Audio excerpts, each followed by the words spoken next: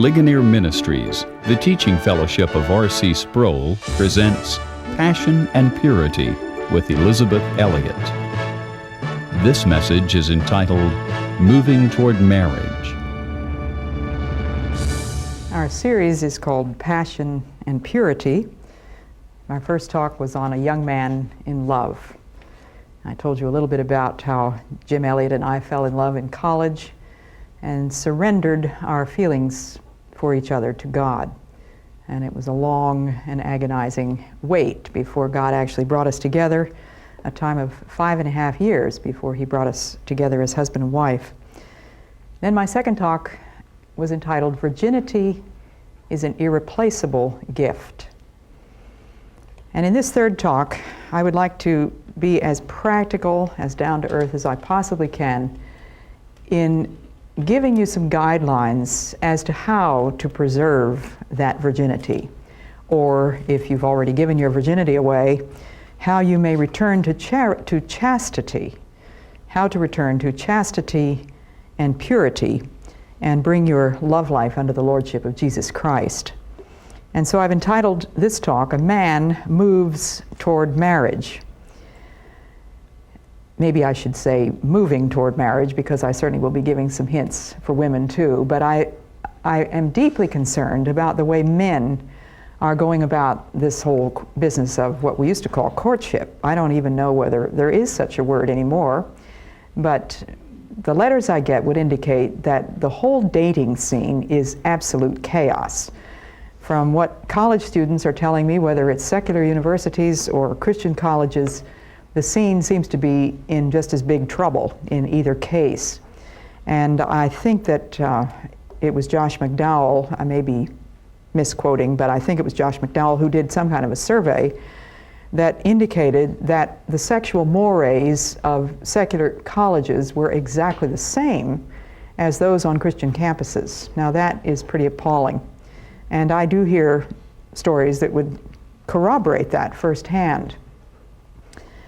And one of the things that seems to characterize the baby boom generation, the people that were born between 1946 and 1964, is an unwillingness to make a commitment. I read that the baby boom people were very good at committing themselves in groups. For example, the student protests during the 1960s and the riots and those kinds of things. Woodstock would be another example. They were great at group commitments, but any time it involved an individual choice and a decision, they become paralyzed. So even though the college students now are younger than the baby boom generation, I think we've all been affected by some of the things that took place back in the late 50s and the 60s. So one of the names that has been applied to baby boomers is the Postponed Generation.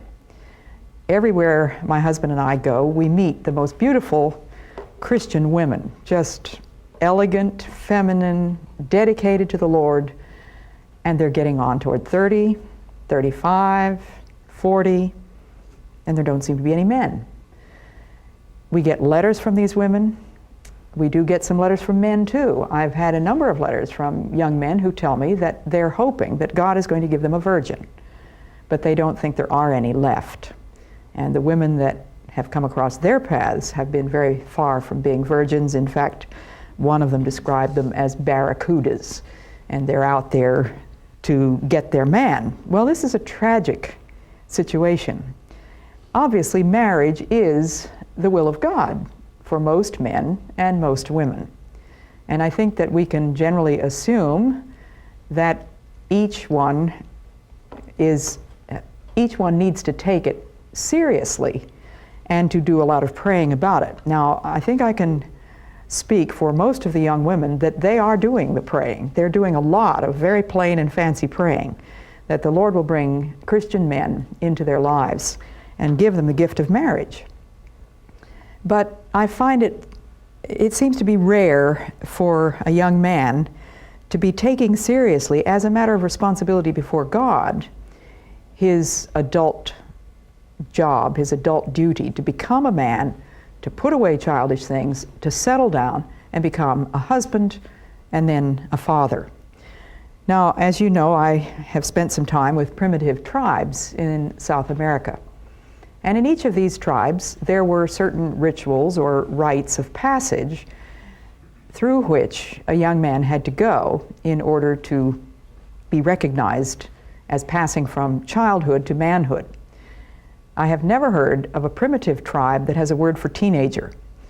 And when I was growing up, I was never a teenager because there was no such thing. That term was coined during the baby boom generation, when we became so conscious of these enormous numbers of children, because the population really did explode at that time, that we had to give names to these various age groups. But as I read my Bible, I notice that there are children and there are adults, but there are no teenagers.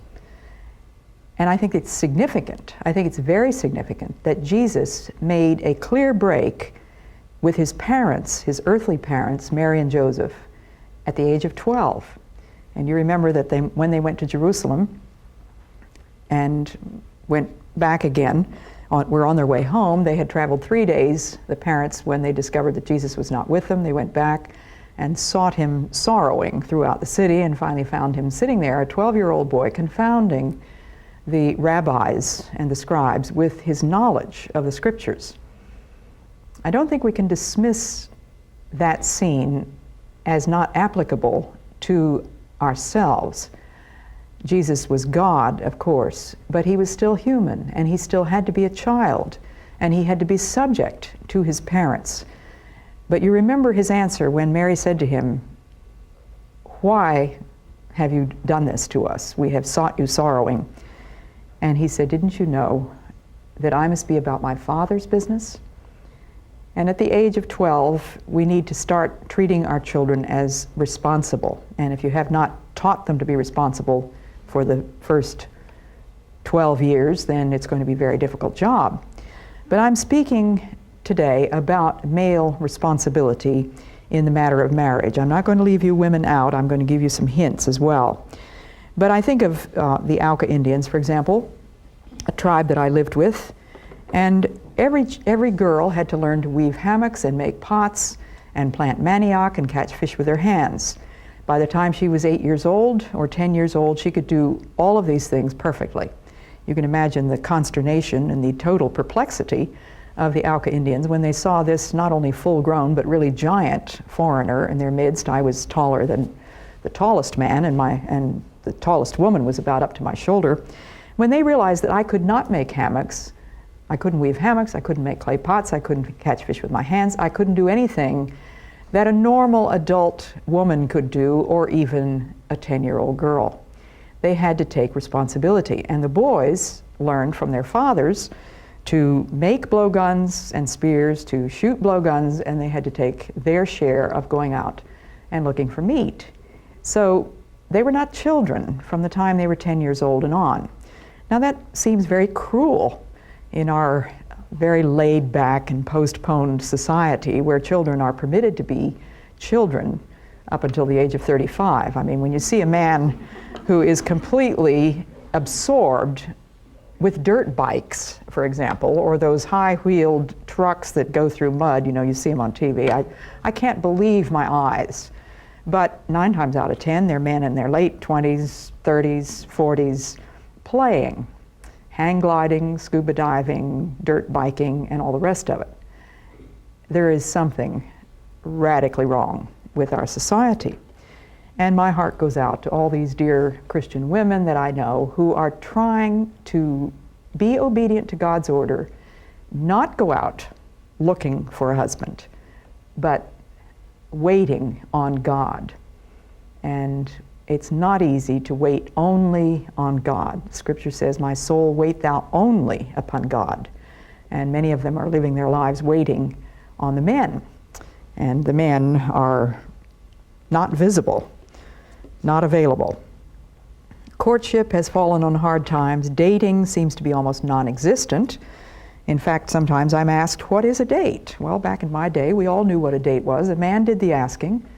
A man decided where you were going, and a man, of course, picked up the tab. And just last week I was in Nebraska and speaking to a singles class in a church, and one of the questions that was raised in the question and answer period was, what is a date?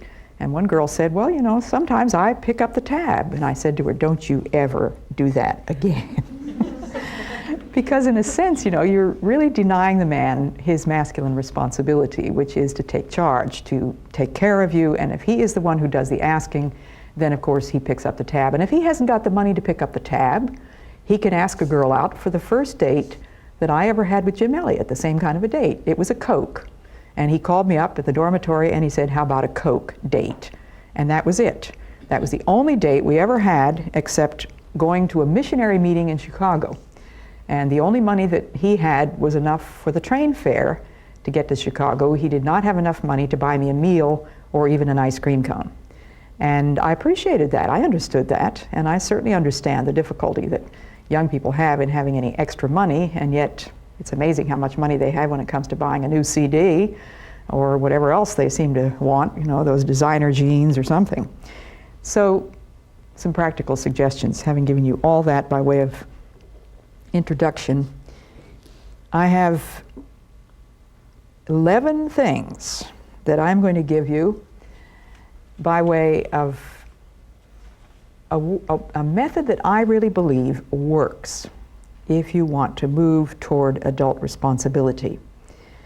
And as I said in my first talk, I'm not going to claim that this is the law of Sinai.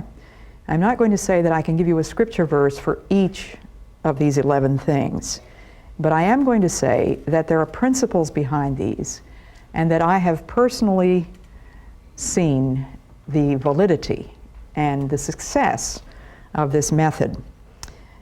My father is an example to me of godliness, and just recently I've been working on a book which is going to include both my father's and my mother's brief biographies by way of introduction to what I consider the making of a Christian family. The book is on that subject.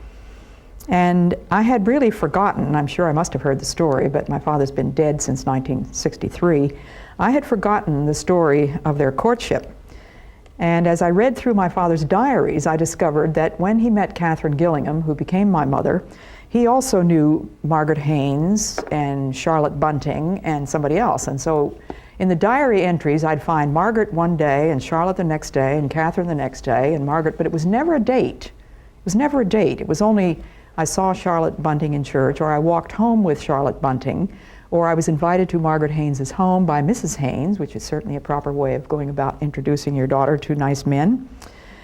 Or Catherine Gillingham came over while I was at Margaret Haynes's, and for several months I keep reading about Margaret and Charlotte and Catherine.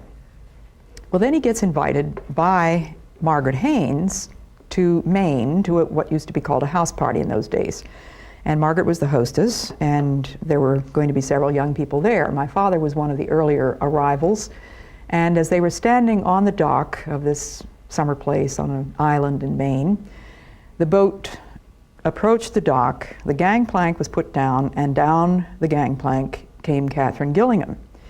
And my father stood there on the dock next to Margaret Haynes, and he said to himself, there is the woman that I want for my wife. This was Thursday afternoon. On Saturday, he asked my mother to go for a walk. And she, assuming that he meant the whole gang, she said, sure, let's all go for a walk. So she invited everybody, and they all went for a walk.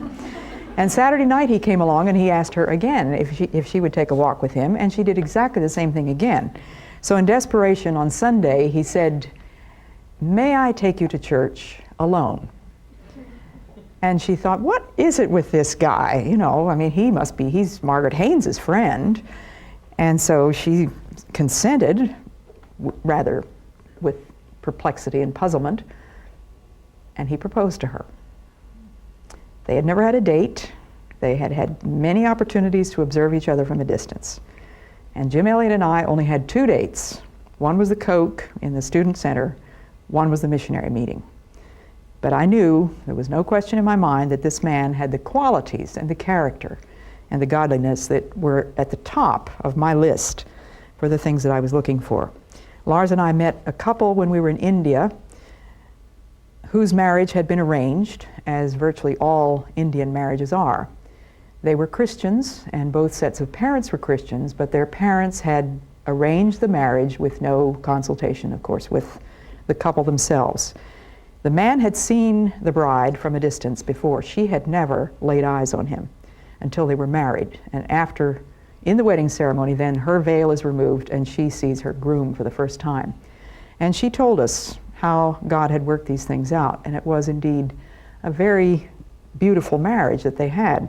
And when I hear stories about the arranged marriages, which is what most of human race throughout most of human history has had, don't forget, in the Bible they were arranged marriages, the score of success is a whole lot higher than the do-it-yourself method we have here. So I would love to go back to arranged marriages, but I'm not going to suggest that. I was with a couple the other night who had such beautiful children, and I said I'd like to arrange some marriages with my grandchildren. And they said, well, my 4 children are already spoken for by so-and-so. Anyway, the first thing that I would say to a man who wants to do business with God about this is you must make a choice. The choice that I talked about in my first talk, is it going to be God's will or mine? If you have not made that choice, then I can't help you with anything else. That has to be between you and God. Will you do what God wants you to do?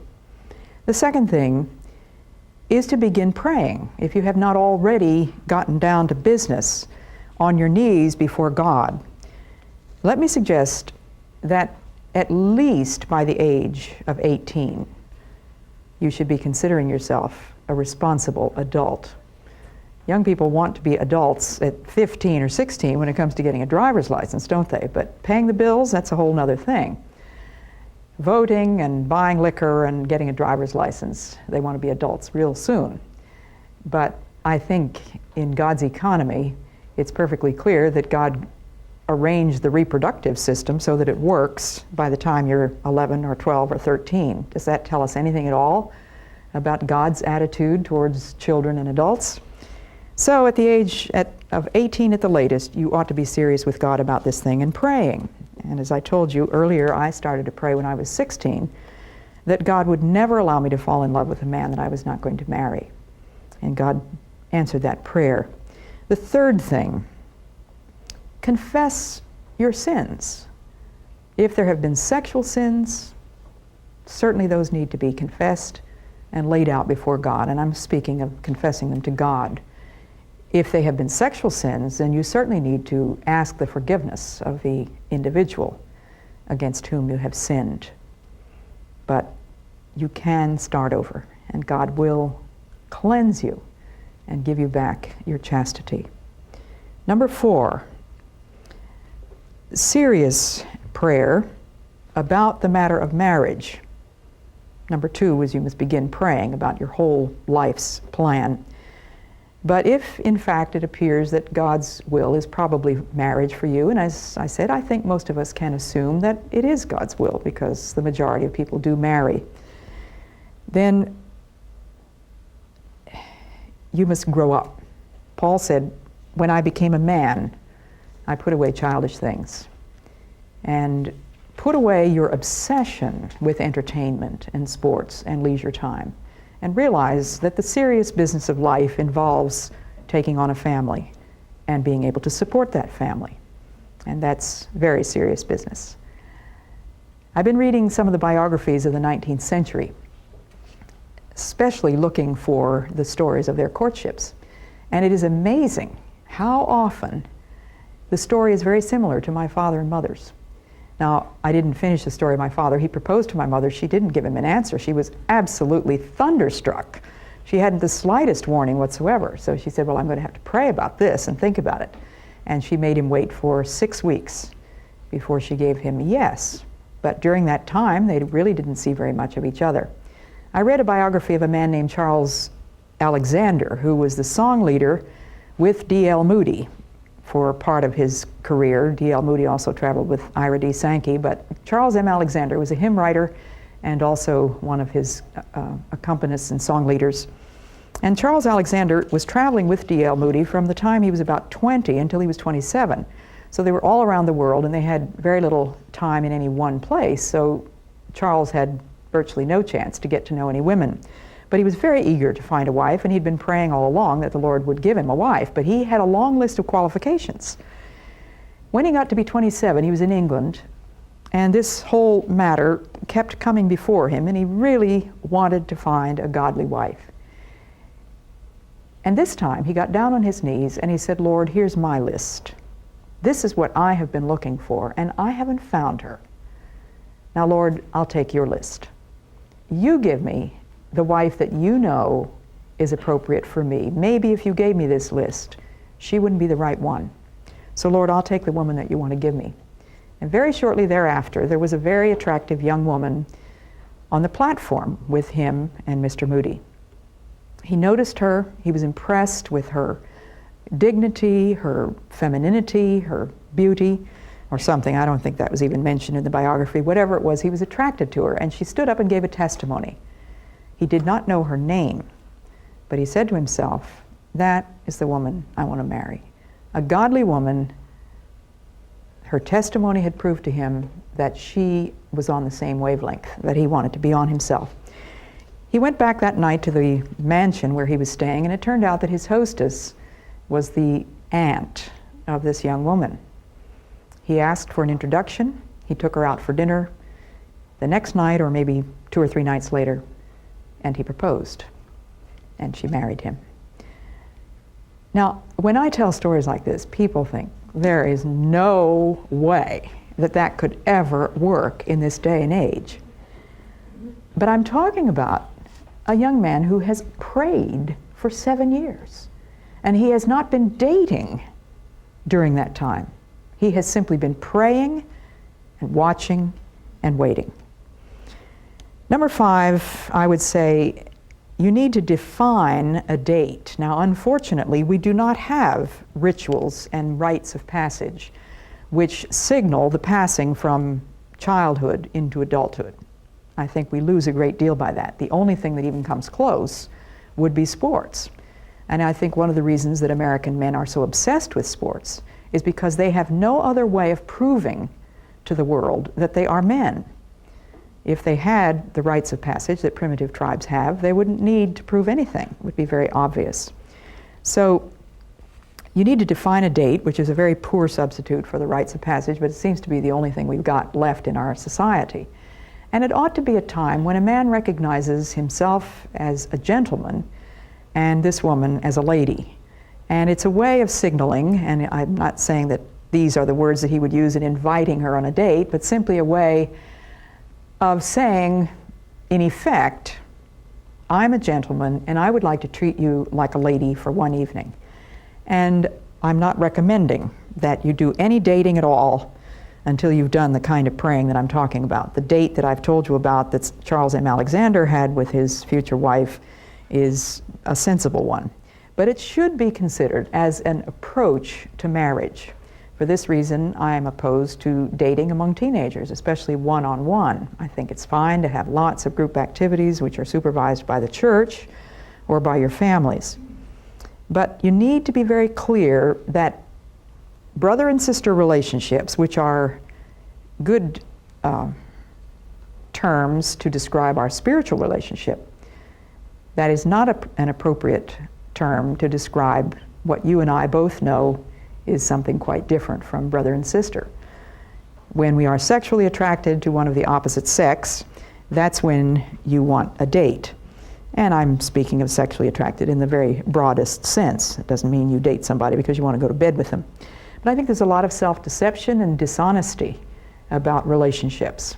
Oh, well, she's just a sister, or he's just a prayer partner, or it's just a platonic relationship. 99 times out of 100, according to the correspondence that I have and the conversations that I have with young people, in these, quote, platonic relationships, one or the other is going to fall in love and get their heart broken. So be very careful. Now, number 6, I'm going to recommend that you quit dating altogether. Now, that sounds outrageous. And when I said this last week in Nebraska, I was thrilled to death. When I finished speaking, the leader of this singles class stood up and he said, I want to corroborate what Elizabeth has just said. Not that she needs corroboration, but he said, I want to give you my testimony. And he told us how he had really messed up the lives of a couple of girls by breaking their hearts. And he said, I finally realized that my whole attitude was wrong, that I had never submitted this business to God. And so he decided to quit dating and to get to know God. And so he said, for the next 9 years, I did no dating, I only prayed. And he said, when I was 29, the Lord brought the woman into my life without ever any dates. And he didn't go into detail as to how he did meet that woman. But I was so grateful for his testimony, because I thought, here's a contemporary, not an old lady, standing up and saying, it works. It does work, even in the late 20th century. Number 7, learn God's order. I haven't got time to go into that, but you can read about it in my book, Let Me Be a Woman and the Mark of a Man. Remember that as a woman, you are not to go chasing the boys. My mother said, don't chase them and keep them at arm's length. Those were the only 2 rules she gave me. I kept both of them. Remember that God's design for men and women is harmony, not competition. Complementarity, not interchangeability. Number 8, and perhaps this is one of the most important things, find some prayer support and counsel from some older Christian. If it can be your parents, all well and good, so much the better. But I can't tell you how my own life has been blessed by spiritual mothers and spiritual fathers, in addition to my own parents, who prayed for me. One spiritual mother in particular, an old lady that I met up in Canada, prayed for years that the Lord would bring Jim and me together. I had poured out my soul to her, shared all my feelings with her about him, and although she had never met him, she began to pray that God would bring us together. My parents prayed for 4 of the specific spouses of their 6 children. They didn't know the other 2 in advance, but for years they prayed for 4 specific people that they would marry their children. And those 4 people married those children. Now that says something to me. And none of us got into chaotic situations in advance. So find some prayer support from somebody who may be older than you, at least older than you spiritually, somebody who knows how to keep his mouth shut, and somebody who can give you godly counsel. By all means, if that person has a suggestion, take it very seriously, because that person has some perspective on you and on the other person that you can't possibly have. They may know you better than you know yourself. And if they suggest somebody and you think, him, or her, I could never go for him or her, you just might be mistaken. That could be God's choice. And remember that God's will for you means joy. Number 9 is observation. Watch the person from a distance. A church is a good place to watch them from a distance.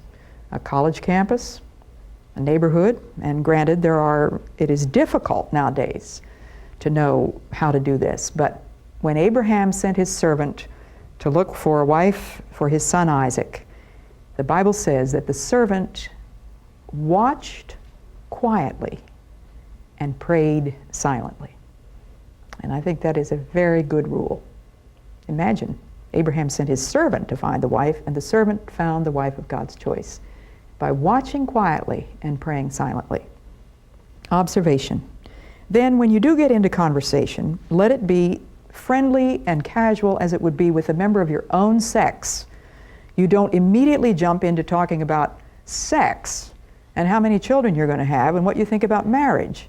And I am up to here with young men who take a girl out and want her to put all the cards on the table. They want to know everything about her. Then they want to know how she feels about them. Then they want to know if they've got a chance, if they should ask her to marry them, before they take the risk of rejection, which a proposal is. A young man came to Lars and me, and he said he'd been in love with a girl for 2 years, and he hadn't proposed to her yet. And we said, why not? And he said, well, because I don't really know how she feels. And Lars said, I'll tell you, the best way in the world to find out how she feels, tell her, I love you, will you marry me? You will find out very quickly how she feels.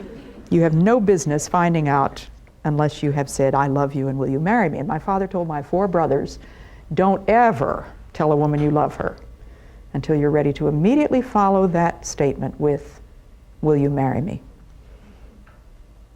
So that's number 10, conversation. Avoid intimate subjects. It is none of your business. Number 11, if you date, draw the lines in advance about how far you're going to go. Now, Jim and I decided that we were not going to even hold hands. And I can just imagine some people watching me and saying, now don't tell me that this lady is going to stand up there and tell me it's a sin to hold hands. No, I'm not going to tell you it's a sin to hold hands, but I'm going to tell you that it is one method that does work. If you never hold hands, you're never going to kiss. If you never kiss, you're never going to hug. If you never hug, there's never going to be any further progress toward bed. And after all, it was God's intention, wasn't it, that the first touch between a man and a woman who are attracted to each other should be exciting, and that touch leads to something else, and that leads to something else. That was God's intention. And so I would ask you this question. Do you know the safe place to draw the line? Can you be absolutely sure that it is safe? I couldn't tell you how many young people have said to me, well, I just don't know how it happened, but somehow or other we ended up in bed and I lost my virginity. I say, no, you didn't lose it. You gave it away. So I can guarantee that if you follow the rules that I've just given you, you will never end up pregnant by mistake. Nor will you ever end up being the father of a child that you did not intend to father. Moving toward marriage. For women, let me just say this. You must surrender all your desires. You must be a lady. You must pray. You must offer up your feelings to God. And you must wait only upon God. And in closing, I want to give you a few verses from Psalm 37. Trust in the Lord and do good. Depend upon the Lord, and He will grant you your heart's desire. Commit your life to the Lord, trust in Him, and He will act. And verse 7, wait quietly for the Lord. Be patient until He comes. God bless you.